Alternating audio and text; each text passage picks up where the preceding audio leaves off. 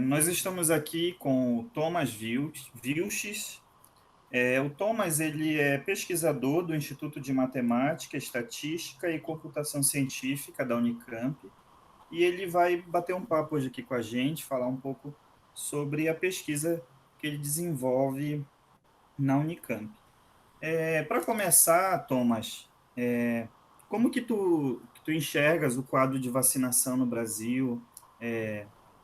Qual a proporção da população que já foi vacinada? Nós podemos dizer que a vacinação está acontecendo de uma maneira homogênea na população? Está acontecendo de maneira diferente entre os municípios? E o que pode causar essas diferenças? Então, bom, o quadro de vacinação do Brasil está lento, né, no sentido que a disponibilidade de doses é pouca, então estão sendo vacinados aí, a média móvel chega em torno de 360 mil doses diárias, né, algo parecido com isso. Né? A proporção da população brasileira ainda é baixa, né? Por exemplo, segunda dose tem em torno de 3 milhões e 600 mil vacinados com 2 doses, e da primeira dose só 10 milhões. Quer dizer, só 10 milhões no sentido que ainda é pouco. Né? Ainda mais porque a primeira dose não garante, não confere a imunidade inteira, né? Então, considerando primeira e segunda dose, tem no total de 10 milhões de vacinados ali, perto disso. A questão de ser, da distribuição da vacina, em geral, ela acontece proporcional à população de cada estado, né? Cada estado tem recebido uma quantidade de doses ali proporcional, mas o que eu sei é que o Ministério da Saúde tem feito uma pequena divisão ali, uma pequena diferença nessas divisões, priorizando, por exemplo, alguns estados que estão sendo mais atingidos, que é o caso, por exemplo, do que aconteceu em Manaus. Né? Manaus estava super atingido e foi disponibilizada ali uma quantidade mais significativa de vacinas para eles, para tentar segurar essa transmissão ali. Certo, Thomas. E até pelo motivo que você está participando hoje dessa entrevista, é que você fez parte de um estudo que indica que a demora da vacinação pode comprometer a imunização da população, e se isso pode comprometer a imunização da população. Como que esse estudo foi conduzido? Quais as instituições que estão envolvidas? Como que vocês tiveram acesso a esses dados? Então, esse estudo, ele é um modelo computacional. Né? Então, a gente literalmente cria uma população ali dentro do computador, fala para o computador como que acontece a dinâmica da transmissão, né? Como que a doença se espalha e etc. E a gente solta o infectado ali dentro daquela população e vê a doença se espalhando. Né? E daí a gente faz o cenário em que a gente vacina e o cenário que não vacina. Então a gente consegue comparar os dois cenários. Por que isso é importante? Né? Porque veja que medidas de controle, elas têm uma certa ironia associada a elas, que é o seguinte: quanto mais efetivas elas forem, mais vai parecer que elas eram desnecessárias. Né? Vamos recapitular ali um exemplo bem, né, ficou bem característico ano passado. O Imperial College of London, né, ele fez um modelo também computacional e falou, olha, até agosto pode ter 1 milhão de mortes no Brasil se não for feito nada. E daí não teve 1 milhão de mortes. Claro que não teve, era uma projeção, se não fosse feito nada, etc. Por quê? Bom, foi feito alguma coisa. Os estados fecharam, o comércio, né? As pessoas começaram a usar máscara, higienizar e teve distanciamento social, etc. Então, a gente não atingiu esse 1 milhão de mortes, graças a Deus. E daí, o que acontece? Muita gente falou assim, mas cadê 1 milhão de mortes que haviam ali, que falaram que teria, né? Bom, a gente não chegou nisso porque a gente fez alguma coisa. Então, veja que a gente nunca vai saber o que aconteceria com o cenário, exatamente, se a gente não fizesse alguma coisa. A mesma coisa agora, a gente nunca vai saber o que aconteceria se a gente não vacinasse. A gente nunca vai ter 100% de certeza. Então, esses modelos matemáticos são interessantes porque eles mostram para a gente e dão a possibilidade da gente entender qual que é o impacto da vacinação ou das medidas de controle no espalhamento da epidemia. Então, a gente aqui da Unicamp, junto com um grupo da Unesp de Botucatu, né, a gente fez, então, esse modelo computacional, comparando os dois cenários. E os dados que a gente usa, na verdade, são os dados disponíveis para qualquer um ali no site do Estado de São Paulo, relacionado ao número, à letalidade por faixa etária, a distribuição de casos, entre outros dados aí. Claro, a gente tem que fazer algumas aproximações, né? Então, a gente pega alguns dados de qual que é a proporção de casos sintomáticos ou assintomáticos em cada faixa etária e tudo.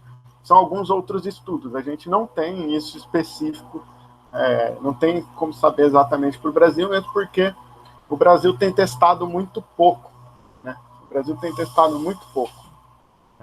Então, algumas coisas a gente pega dados de outros trabalhos, né?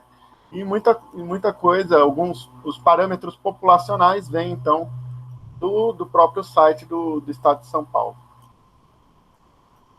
Certo, Thomas. E vamos imaginar num cenário em que o Brasil estivesse vacinando de forma mais acelerada.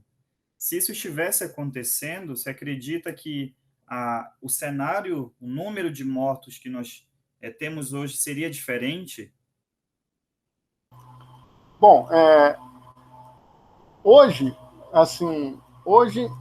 mesmo vacinando, dia 14 agora, se a gente tivesse começado já vacinando numa velocidade de cruzeiro bem alta, claro, você vai tendo um impacto que quanto mais casos a gente evitar no começo do crescimento do pico, né, mais casos ainda são evitados lá na frente, porque esse crescimento é exponencial, né? Então, você tem uma pessoa que transmite para duas, essas duas transmitem para quatro, e etc. Se você conseguir barrar uma dessas do começo, então você já teve um bom ganho aí, né? O que acontece a vacinação ela é dada concomitante com a doença se espalhando, né? Então, até você ter uma imunidade comunitária ali, né, de rebanho suficiente, vai um tempo, né? Mas, claro, se a gente estivesse vacinando mais rápido, a gente, talvez, lógico, essas mortes agora não seriam exatamente evitadas, mas daqui a um mês poderiam ser muito menores, né? Muito menor o número de mortes. Por uma vacinação mais rápida, claro. Então, qual teria sido o momento ideal que o Brasil deveria ter iniciado a sua campanha a vacinação de fato, né? E qual que seria a taxa diária de doses que deveriam ser aplicadas na população para que houvesse essa imunização, esse efeito coletivo? Então, essas duas perguntas são interessantes porque, assim, muita gente pergunta, né? E a resposta ela é bem sincera, assim, o quanto antes. Quando que eu devia ter começado a vacinar? O quanto antes, né? Não tem jeito. Considerando, claro, que a imunidade da vacina tem uma boa duração, né? Lógico. Então, quanto antes eu vacinar, mais melhores efeitos eu tenho, né?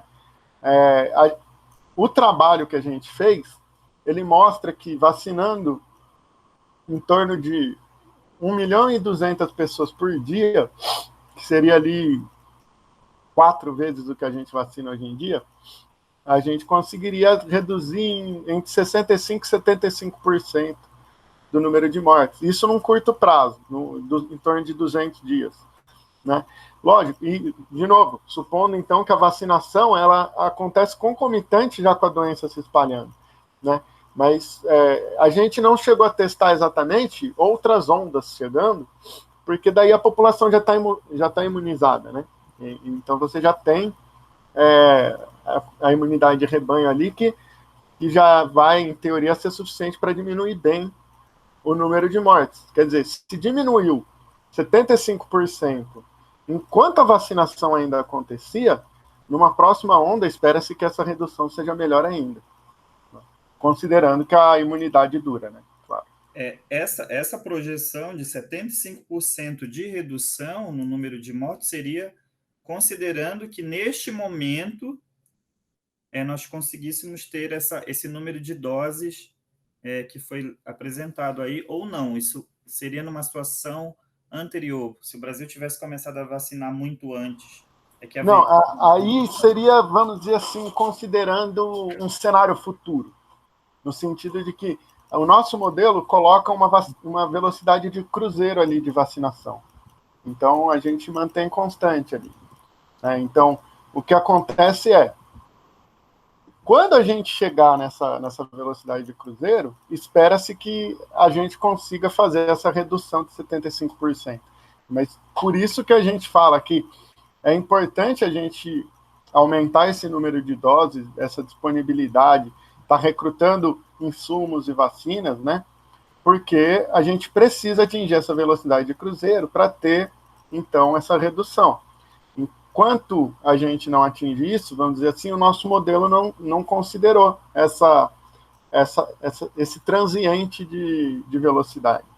Né? E isso atrapalha, né? Quer dizer, atrapalha a eficiência da campanha de vacinação como um todo. Entendi. Thomas, você sabe me dizer quais são os motivos que têm levado a essa lentidão no processo de vacinação no Brasil?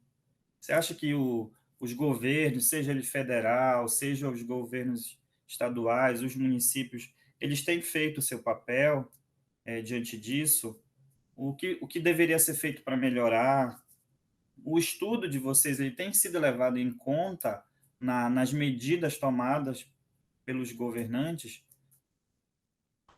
Então, vamos por partes. Bom, o que ocorre com a lentidão da vacina, né, da vacinação, é a disponibilidade de imunizante, né? Como eu falei, eu acho que tem que ser feito um movimento, uma pressão, no sentido de que os governantes em geral, tem que buscar estar adquirindo esse imunizante. Né? Veja, no trabalho a gente tratou da Coronavac, da AstraZeneca, né? Mas qualquer vacina que venha a entrar, ela agrega no número de doses, não é uma competição, certo? Então, qualquer vacina que seja adquirida, ela vai agregando nesse número de doses. Né? Então, hoje o problema nosso não tem disponibilidade de imunizante, não tem vacina suficiente.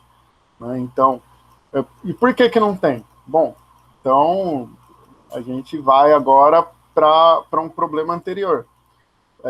Eu considero que demorou-se para dar um sinal nessa compra de imunizante, né? Então, não é segredo para ninguém, né, que lá anteriormente já o governador do estado de São Paulo tinha requerido essas vacinas e o governo federal, por exemplo, não ia comprar.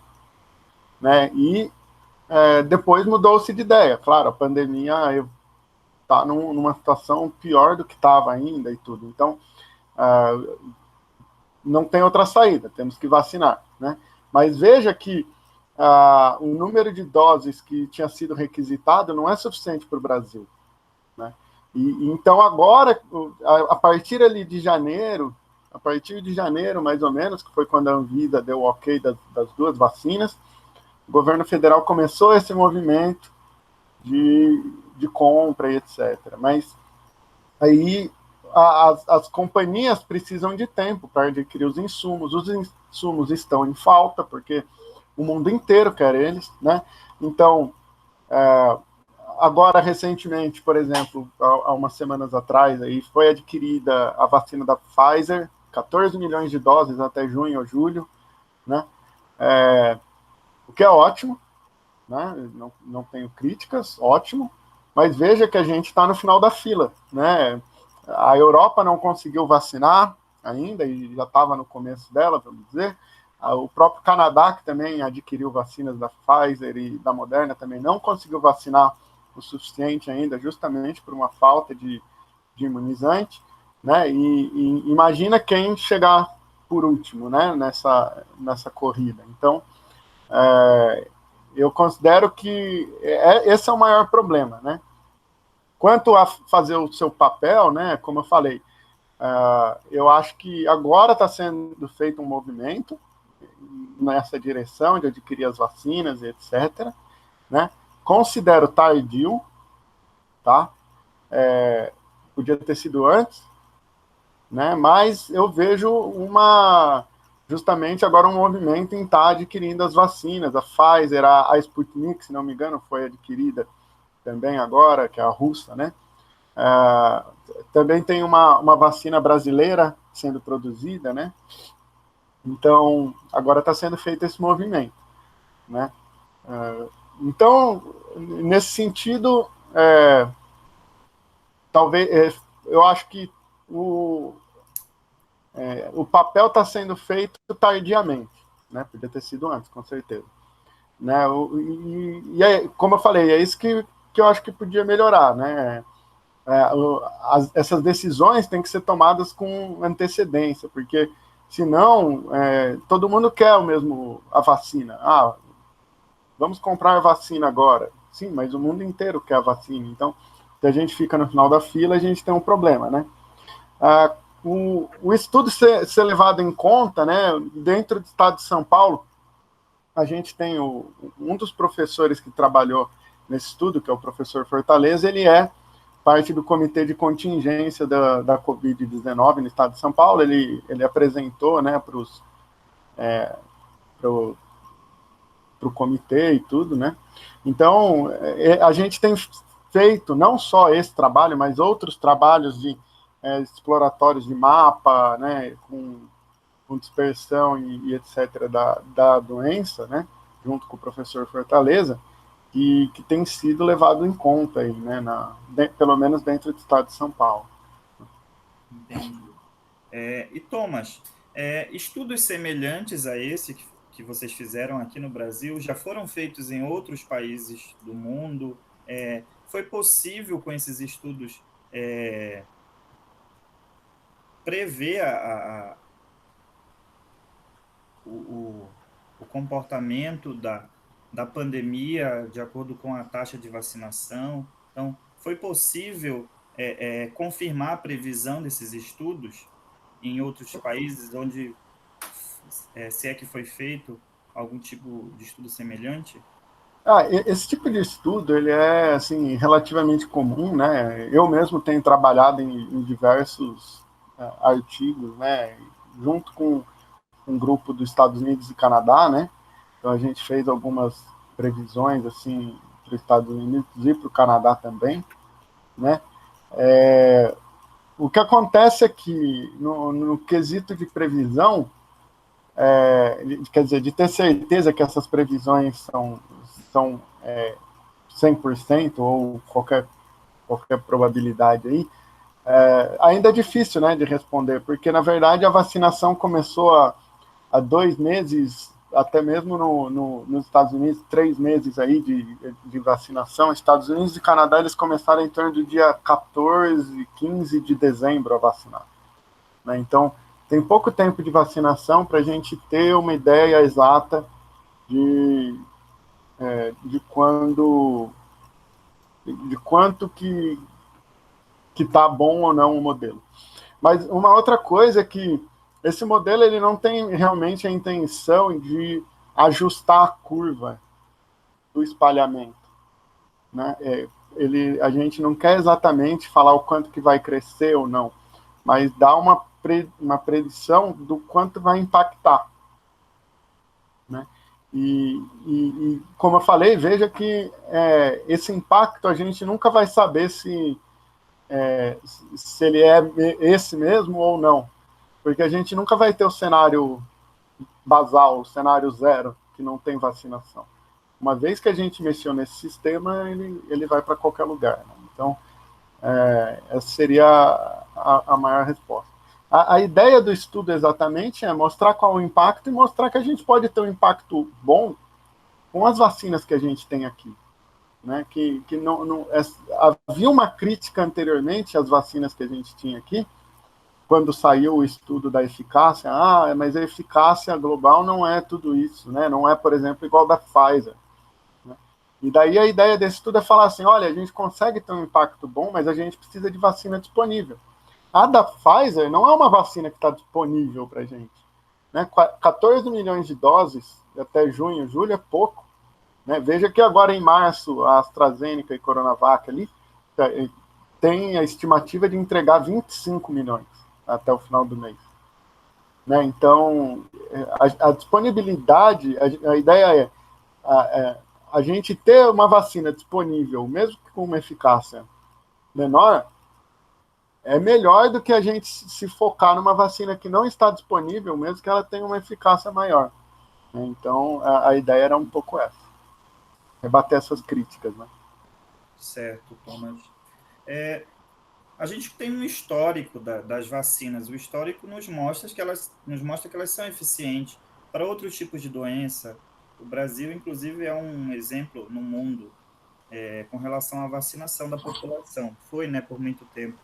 E ultimamente a gente tem percebido uma onda crescente de movimentos aí contrários à vacina. A gente tem visto pessoas indo para as ruas pedir que a população não seja vacinada. Você acredita que esses movimentos eles têm conseguido impactar o processo de vacinação no Brasil? Eu acredito que sim, né? Eu cheguei a fazer alguma pesquisa justamente em cima dessa ideia, desse trabalho de vacinação, né? E, inclusive, a gente discute no trabalho isso, que são esses movimentos com anti-vacina, né, que a gente chama. E isso vem de muito tempo, né? Quer dizer, vem crescendo, claro, a rede social, né? As redes sociais tornaram isso, deixou muito mais fácil dessas, vamos dizer, pessoas que acreditam nisso se encontrarem, inclusive espalharem essas notícias, né, falsas. Isso eu lembro de acontecer lá quando houve o H1N1, por exemplo, né, que começou a ser dada a vacina, e eu lembro, inclusive, que eu tomei, porque a gente não ia para o hospital, tinha aulas no hospital, etc., e então a gente tomava a vacina. E daí eu lembro de me falarem, nossa, você não devia ter tomado, né? Depois veio, eu lembro agora do HPV também, lá em 2016, se não me engano, saiu a notícia de que alguma coisa do tipo que ela causaria esterilidade, né, nas mulheres, uma coisa do tipo que não tem a ver também, né? Mas a ideia é que sempre houveram essas notícias, né, relacionadas à vacina, mas elas estão aí há muito tempo, né? A gente tem as vacinas, e na verdade é o que salvou a humanidade de ter ter um final horrível, né? Então, eu acho que tem impactado, sim. A própria vacina da HPV, se a gente olhar, eu não lembro exatamente os números agora, mas houve uma porcentagem significativa de pessoas que não tomaram por uma falta de conhecimento, por não saber, não entender e ter medo daquilo.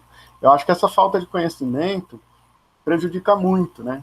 Então, muitas vezes as pessoas têm medo porque conhecem um caso particular, né? Por exemplo, alguém tomou a vacina, mas daí ficou doente e morreu. Mas essa pessoa não ficou doente por causa da vacina.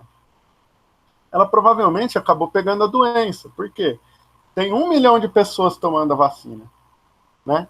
Eventualmente, claro, não vai fazer efeito nela e ela continua suscetível àquela doença, né? Isso pode acontecer, mas não é a vacina que causou aquele mal exatamente. Os efeitos adversos da vacina também são muito pouco entendidos, né?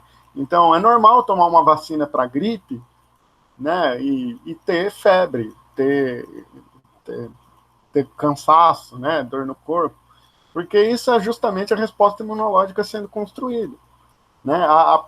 Por exemplo, da COVID, né? Veja que você tem esses sintomas, mas o sintoma que mata, que é a pneumonia, né? O seu pulmão ser acometido, isso você não vai ter porque você não tem o vírus ativo, né? O sintoma que você tem é a resposta imunológica sendo construída.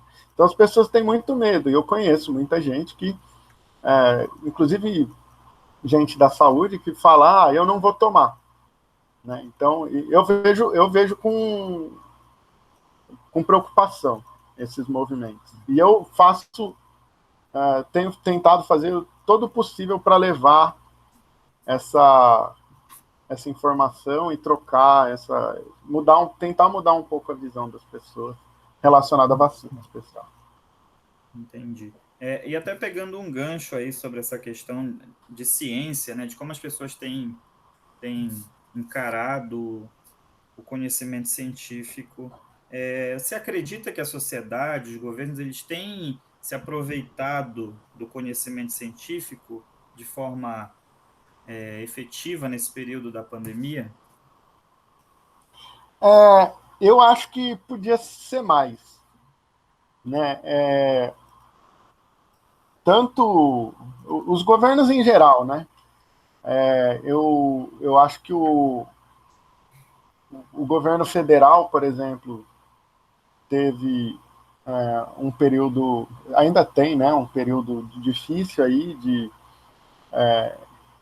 no sentido de não olhar muito para o que a gente fala, inclusive contestar. Isso é inegável, eu não estou falando de política aqui exatamente, né? Eu estou falando do que os cientistas dizem e o que é feito, mas inclusive o governo estadual às vezes acaba fazendo isso também, né? No sentido de que eu entendo que existe uma pressão econômica, uma pressão política, né, em cima disso, mas, por exemplo, o próprio fechamento no estado de São Paulo podia ter sido mais rigoroso anteriormente, não esperar chegar numa ocupação ali de próximo a 90% de leitos ocupados, né, dentro do estado para fechar e colocar algumas barreiras. A gente estava, inclusive, comentei um pouquinho antes com você, por exemplo, algumas coisas são pressão, a gente sabe que é pressão, né? Por exemplo, vamos entrar na fase vermelha, mas a igreja pode abrir, né? E eu como um cientista que estuda epidemiologia, eu não vejo isso com bons olhos, né? No sentido de que na igreja as pessoas vão, rezam, cantam, né? Fazem aquela força para cantar, para orar e etc. Então, e é uma aglomeração, não tem jeito, né? Então, mas veja que isso é uma pressão populacional também, né? Você tem uma parte da população que quer ir lá na igreja, né? Então, eu entendo essas coisas, mas eu acho que também tem que partir da população de estar exigindo com que as coisas sejam feitas com base científica, né? Enquanto a gente não tiver a população apoiando isso com veemência, né, entre aspas, não tem por que os governantes fazê-lo também, né? Então, jeito que eu vejo a ciência nessa pandemia é assim, eu acho que ela é totalmente necessária, tem tentado cumprir o seu papel, em especial no Brasil. É preciso dizer, já faz tempo, né? Já faz alguns anos, de novo, não estou falando então de 2 anos ou de anos mesmo, né? Coisa que vem, que tem uma diminuição no orçamento da ciência, no orçamento da pesquisa dentro do Brasil, e os cientistas brasileiros têm feito o máximo com o mínimo, né? Eu acho que essa é a expressão, assim, tem feito o máximo com o mínimo, e daí é muito difícil, né? Trabalhar assim nessa... e se a população não apoiasse, se a gente não tiver essa repercussão, esse apoio, que também é importante, né? A gente fica feliz quando a gente tem pessoas que acreditam no que a gente faz, né? E veja que a ciência, ela não se constrói, não é só o experimento, mas é o método científico, né? Precisa de alguém olhando aquilo, falando, olha, mas precisa ser validado, né? Precisa seguir uma linha de raciocínio. Então, não é todo mundo que vai fazer ciência, e eu acho que a gente tem que tomar cuidado com isso, né? A pseudociência está muito aí, está bem presente, né? Então, se apegar a quem tem apreço pelo método científico também. Sim, pelo rigor da ciência, né? Em gerar conhecimento de qualidade. Isso. E, Thomas, para a gente ir finalizando, a gente falou bastante das vacinas, né, aqui como uma medida eficiente no combate ao coronavírus, mas além dela, você acredita que existem outras medidas que podem ser adotadas para frear a propagação do vírus? Bom, como eu falei, né, em especial, né, aqui no estado de São Paulo, a gente tem tido fechamento de comércio e etc, né? Existe uma crítica enorme em cima do lockdown, né? E eu ressalto aqui que lockdown é uma palavra muito forte, né? Lockdown é um fechamento mesmo, ninguém sai. Até então, por exemplo, o que estava sendo muito feito era, não pode ter atendimento dentro da loja, eles botavam assim uma mesa ali na frente, por exemplo, ninguém entrava, mas e qual que é o problema disso, né? O indivíduo que trabalha, ele ainda está se deslocando, ele ainda está pegando um ônibus, entrando, né, transporte público, etc. Daí ele vai para aquele ambiente, fica ali dentro com outros indivíduos. Lockdown, né, o que segura a transmissão é parar os contatos. Para isso tem que fechar. Eu não estou entrando no mérito, socioeconômico, né? Eu, como alguém que estuda epidemiologia, estou falando assim, diminuição no número de contatos segura a transmissão, né?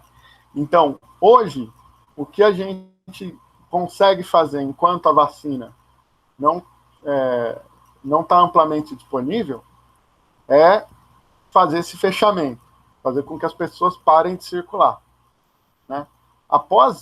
Quando a vacina estiver disponível, mas e quando a gente vacinar, né, estiver vacinando bem? Ainda assim é preciso manter um mínimo de medidas de mitigação, né?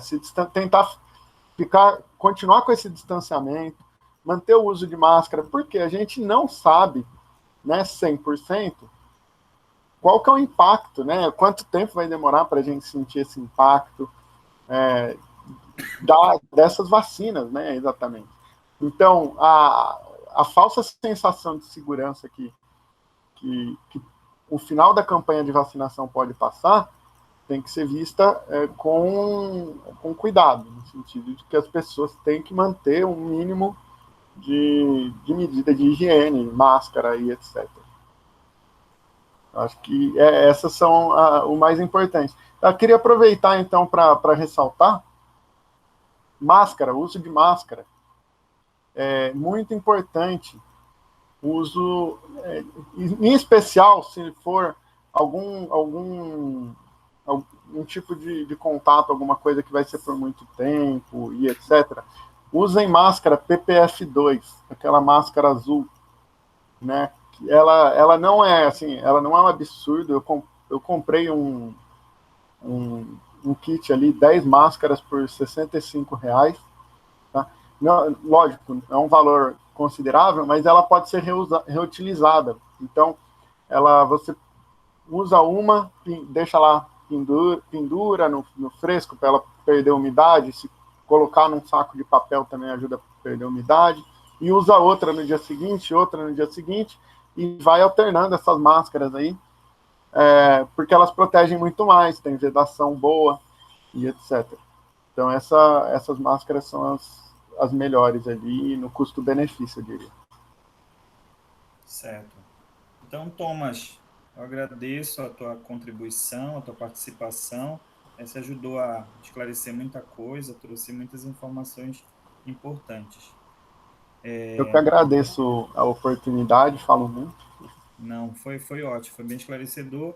E boa sorte aí na sua pesquisa. Espero que vocês consigam trazer mais informações para a população, para os governantes, né, que eles passem, né, a levar em conta esse conhecimento e consigam tomar medidas que sejam eficientes no combate aí do coronavírus. Uhum. É isso, obrigado. Obrigado.